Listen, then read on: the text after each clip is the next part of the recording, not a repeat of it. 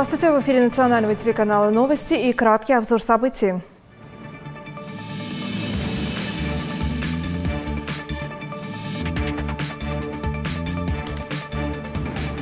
В 2019 году в СКФО начнется реализация нацпроекта «Безопасные и качественные дороги». Тему обсудили на заседании глав округа. Фальсификация продуктов будет чревата наказанием. Новшество предлагает Роспотребнадзор. И сегодня в России отмечается праздник – День воспитателя и всех дошкольных работников.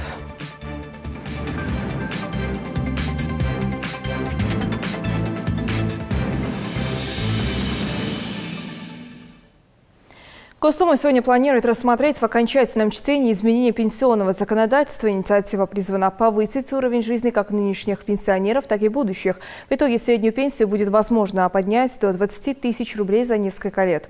Во втором чтении были учтены предложения депутатов от «Единой России». В частности, накопительную пенсию будут выплачивать в нынешнем пенсионном возрасте с 55 лет для женщин и с 60 лет для мужчин. При этом предусмотрены как разовые выплаты для тех, у кого размер накопительной пенсии получится 5% и менее от объема всей пенсии, так и срочные выплаты. Депутатам предстоит окончательно принять еще несколько сопутствующих законопроектов. Во-первых, о предоставлении гражданам предпенсионного возраста 2 дней на диспансеризацию без потери заработка. И, во-вторых, о ратификации Международной 102-й конвенции, предусматривающей сохранение утраченного заработка на уровне не ниже 40% от прежнего дохода. Окончательно планируется принятие законопроекта о направлении в Пенсионный фонд России средств от реализации имущества коррупционеров, а также изъятых у них денег. Главы регионов СКФО заседали в Магасе под председательством полномочного представителя президента России в округе Александра Матовникова. Главной темой встречи стало развитие транспортной системы в субъектах СКФО, в том числе и выделение средств на улучшение состояния региональной дорожной сети. Все подробности в репортаже Мадины Пугоевой. Более 2000 километров железных и 86 тысяч километров автомобильных дорог, а также 7 аэродромов объединяют регионы СКФО и страны, являясь необходимым условием территориальной целостности и экономического пространства. С этих слов начал свое выступление полпред президента России в СКФО Александр Матовников. По его словам, эти коммуникации играют важную роль во внешнеэкономических отношениях России, в частности в реализации экспорта. Часть транспортной отрасли субъектов Северокавказского федерального округа не соответствует норме по качеству и количеству, отметил он. Сегодняшние объемные и качественные характеристики транспорта, особенно его инфраструктуры, не позволяют в полной мере и эффективно решать задачи роста экономики субъектов округа, в том числе задачи удовлетворения спроса инновационного сектора на высококачественные транспортно-логистические услуги, реализации в полном объеме транзитного потенциала Северокавказского федерального округа. Низкая пропускная способность железнодорожной инфраструктуры на основных магистральных направлениях, дефицит современных транспортно-логистических центров и мощностей терминально-складского хозяйства, высокий уровень износа основных фондов сдерживает развитие железнодорожных перевозок. В ближайшем будущем планируется поддержать агропромышленный комплекс субъектов для налаживания экономических отношений с Ираном и Индией, отметил в своем выступлении Сергей Чеботарев. Медленное развитие транспортной инфраструктуры в определенной мере тормозит экспорт продукции регионов СКФО, поэтому дорожная артерия республик требует серьезной модернизации. Стратегия направлена на интеграцию Северного Кавказа в транспортные узлы и коридоры международной торговли, которые образуют единый транспортный узел в Каспийском бассейне. В рамках стратегии предполагается реализация крупных транспортно-логистических проектов, в частности, строительство нового грузового терминала на территории Республики Дагестан, пассажирского терминала в городе Дербенте. Президент России Владимир Владимирович Путин на 5-м Каспийском саммите, состоявшемся в Республике Казахстан, заявил о намерении Российской Федерации реализовывать стратегию и до 2025 года построить новый глубоководный морской порт в районе Каспийска. Говоря о транспортно-логистической инфраструктуре Ингушетии, глава республики внес ряд предложений, которые позволят ускорить развитие этой отрасли в регионе. Юнусбек Евкуров также рассказал о том, что уже сделано. Что я хотел бы сказать? Во-первых, первое, спасибо Министерству транспорта и, конечно, лично Роману Владимировичу вам за то, что как Росавтодор вы реально там участвуете в жизни региона. Мы как минимум 4 или 5 раз в год встречаемся, обсуждаем и вопрос затрагиваем. Это раз. Второе, Николай Сергеевич, мы в прошлом году подавали дорога мы его обосновали, показали, у нас план попал. Поэтому я просил, в отдельном зайдем, к вам еще раз обсудим. Это Чни, Таргин и Джейдах и выход на военно-грузинскую дорогу. Это граница 82 километра Грузии, это пограничные заставы, это туристическая отрасль. Мы его обосновали, мы его в совершенстве отремонтировали, мы его сделали, готовы передать. Поэтому мы сейчас работаем по линии Федеральной службы безопасности. Почему? Потому что там была тема, что этот вопрос мы должны реально устранить. Мы их устраним, еще раз будем с предложением на Минтранс. Просим все-таки поддержать, потому что единственный аэропорт сегодня один из самых красивых, привлекательных и одна из самых лучших взлетно-посадочных полос. 3300, все типы самолетов принимает, но он пока не международный. То есть единственный аэропорт остался, поэтому я на ваше имя, доцент, и вам обращаюсь. Те правила игры, которые там должны соблюдаться, то, что нужно устроить, то, что сделать, мы, конечно, делаем. Почему? Потому что без этого мы как бы не обращались, не добьемся.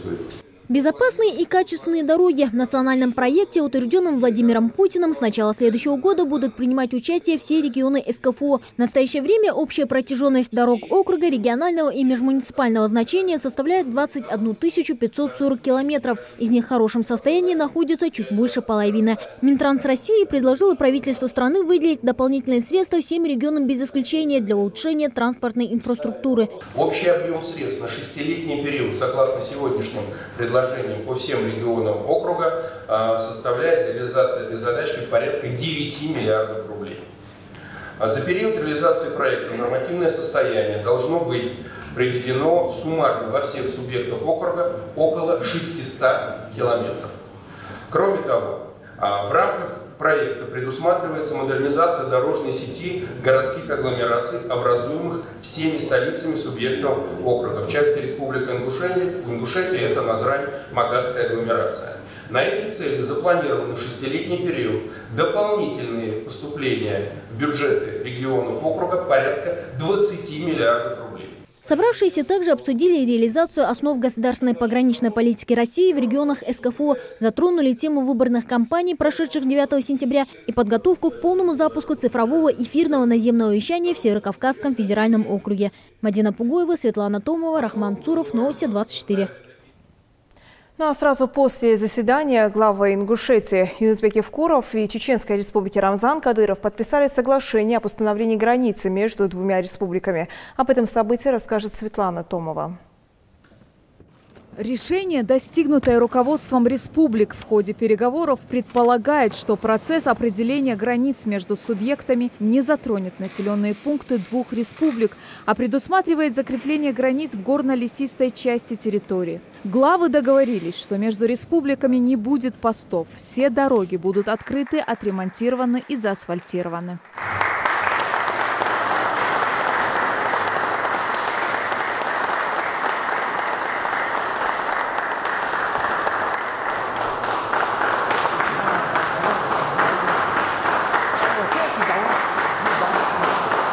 Ну а следом за главами председатель правительства Ингушетии Зелимхан Евлоев и председатель парламента Чеченской республики Магомед Даудов подписали картографическое изображение границы между регионами.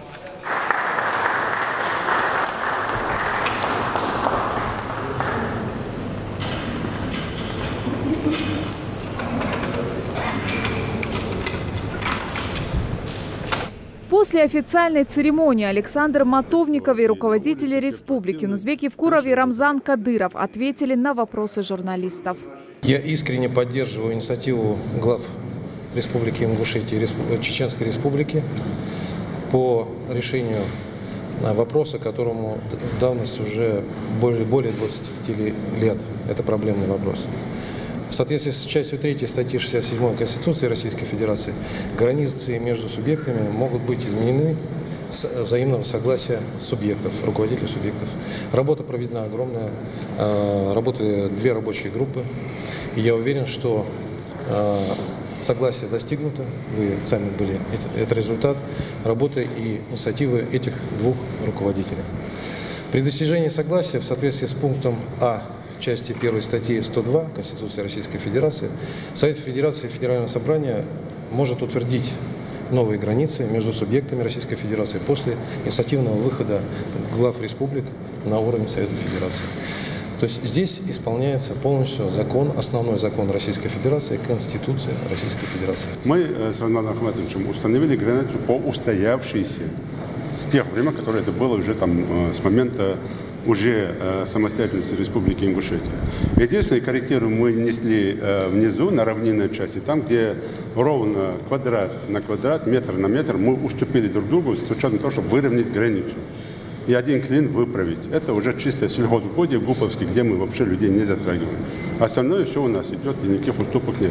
Поэтому, конечно, мы с людьми действительно работу это проведем. Когда с Рамзаном сели и начали разговаривать, и Рамзан инициатором выступил, когда мы определили, что нам не нужна третья сторона в этом споре. Во-первых. Во-вторых, чтобы было понимание, эта проблема не сегодняшняя, не вчерашняя и не моя с Рамзаном. Эта проблема, она нарисовалась с момента самостоятельности наших субъектов. И с тех пор на каком-то уровне не принималось вот таких решений. Сейчас, как Рамзан сказал, мы взяли на себя эту ответственность, и плюсы наши, и минусы наши. Я вам скажу, что победили мы, победили наши предки. Я с Рамзаном это обсуждали. Когда мы говорим о чем-то по телефону или там в интернете, это одно. А надо вспомнить, сколько мы прожили вместе. И сейчас мы живем вместе. Вчера один из священнослужителей сказал очень такие хорошие слова. Как бы вы ни делили границу, там есть ингушские дома, он имеет в виду, что у нас всегда будет встречать и наша земля, здесь есть чеченская земля. То есть хорошие слова. Мы жили, и это память о наших предках. Ну, конечно, это большой задел нашим потомкам, молодежи. Сегодня, когда мы это все завершим, когда федеральный центр между нами определит границы, слушайте, у нас вообще нет никаких вопросов, кроме вот тех же родственных наших отношений. А те, кто считает, что кого-то где-то ущемили, найдите хоть один случай сегодня, где наш ингуш не может поехать в Чечню или чеченец не может проехать в Ингуш, где мы вообще даже не обсуждается. Ну а проиграл кто? Наши враги. Вопрос остро у нас не стоял между главсубъектами. Это определенная кучка населения всегда обсуждалась и всегда использовали все моменты, те или иные. И после того, как мы начали строить дороги, маршруты, там прокладывать, и Ингушетия в том числе, там определенный контингент людей, если их можно назвать людьми, они опять же поднимают вопрос, чтобы не было вообще между Ингушетией и Чеченской республикой проблем. Сегодня мы взяли на себя ответственность, смелость, так скажем, да, и начали закладывать основу. И я думаю, что в ближайшем будущем комиссия, которая работала над этим, закончит все и расставит на свои места. А так мы в войнах, и мы братья, и это должно быть не на словах, а на деле. Юнусбек Евкуров отметил, что определение границы не будет препятствовать дальнейшему сотрудничеству. Наоборот, это поспособствует экономической интеграции республик, укреплению дружбы и братства между нашими народами. Светлана Томова, Рахман Цуров. Новости 24. Роспотребнадзор предлагает ввести наказание за фальсификацию продуктов. Роспотребнадзор и Национальный союз производителей молока подписали соглашение о сотрудничестве, целью которого является совместная борьба с фальсификатом на молочном рынке. Согласно документу, стороны будут осуществлять совместный мониторинг качества молока и молочной продукции. Ранее проверки Роспотребнадзора показали, что в первом полугодии 2018 года доля импортной молочной продукции, не соответствующей предъявляемым требованиям, в том числе по показателям фальсификата, составляла 6%. В этом году отмечается столетие архивной службы России и 25-летие Госархива Ингушетии. Это стало поводом проведения в нашей республике международной научно-практической конференции. Накануне для ее участников была организована экскурсия по Джейрасскому району. Гостей впечатлили башенные комплексы Игикал и Вовнушки, храм Тхабаирды и другие достопримечательности горной части региона. Тамерлан Хамхоев продолжит. Сегодняшняя экскурсия не совсем обычная, хотя бы потому, что первая остановка не у въезда в Асиновское ущелье Джейрасского района, а у башенного комплекса Вовнушки. Гостям рассказывают о том, какое значение в жизни ингушского народа имеют эти монументальные сооружения, сквозь века пронесшие в себе историю нашего края. Мы находимся в горной Асинской котловине Ингушетии. Здесь мы находимся на пути, на ветке бокового шелкового пути, Великого шелкового пути. Здесь пролегала одна ветвь, шла туда, отсюда шла на Чечню, на Грузию, она шла, здесь караваны шли, верблюды и так далее. Эта дорога ей 4,5 тысячи лет. Некоторые участники международной практической конференции, посвященной столетию архивной службы в горах Ингушетии, впервые. Впечатления самые позитивные, признаются гости. Атмосфера, царящая здесь, не может оставить равнодушным никого. Я думаю, что Ингушетия и башни сторожевые – это такие сооружения, которые достойны называться чудом России. Потому что впечатление неизгладимое они производят, и значение вот этого шелкового пути, который проходил по этой местности, оно, конечно, решающее место в мировой истории занимает. Поэтому то, что мы сегодня увидели, могильники, башни, природа, география, климат, история, археология, это впечатляет очень. Я поражен суровой красотой этих мест, раз. Второе, мы вот сейчас ехали по дороге к этому комплексу. Я профессиональный историк, гражданский историк. Меня мысли, как люди жили в таких условиях, очень трудных. Хорошо, вода есть, а хлеб, продукты питания. А вот когда я посмотрел на башни, это выше человеческих сил, одна тропа, как создать шедевры такой архитектуры. Чуть дальше башенного комплекса во Внушке находятся солнечные могильники. Исследовав их, послушав рассказы экскурсовода, туристы направились дальше. Следующая точка – христианский храм Хабай-Эрды, самый древний на территории России. Здесь останавливается практически каждый турист, находящийся в республике. Не стали исключением и сегодняшние гости. Я думаю, что это самое грандиозное здание, сооружение, которое надо внести, скажем так, под охрану ЮНЕСКО, скорее всего. Очень грандиозное строение, очень важное, очень нужное для истории народа.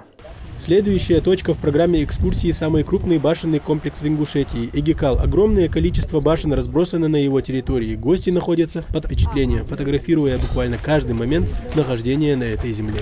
Здесь этого времени циклопические постройки есть. Есть подземные склепы. Вон они внизу там находятся. Вон эта вершина, это святая вершина Цейлам, всей Ингушетии. Все языческие главные культовые постройки находятся на этой вершине. Сегодняшняя экскурсия еще раз показала, что в Ингушетии туризм развивается ударными темпами. В любую погоду и время нам есть что показать и рассказать туристам. Главное, чтобы их количество только росло. А гостям мы рады всегда. Тамерлан Хамхоев, Гапур Черкиев, Новости 24. Сегодня в России отмечается общенациональный праздник – День воспитателей всех дошкольных работников. Он был учрежден по инициативе ряда российских педагогических изданий в 2004 году и поддержан авторами многих базовых дошкольных программ, педагогами детских садов и родителями. Идея этого праздника – помочь обществу обратить больше внимания на детский сад и дошкольное детство в целом. И хотя он официально не утвержден, в этот день проводятся торжественные мероприятия, посвященные Дню работников дошкольных образовательных учреждений во многих регионах на официальном уровне. Дошкольный возраст особенно важный и ответственный в жизни ребенка. В этот период формируется личность, закладываются основы здоровья. Все информационные выпуски и анонсы наших программ смотрите на официальных страницах в соцсетях: Facebook, Instagram, YouTube, Twitter и ВКонтакте. Это была вся информация к этому часу. Увидимся в 16:00.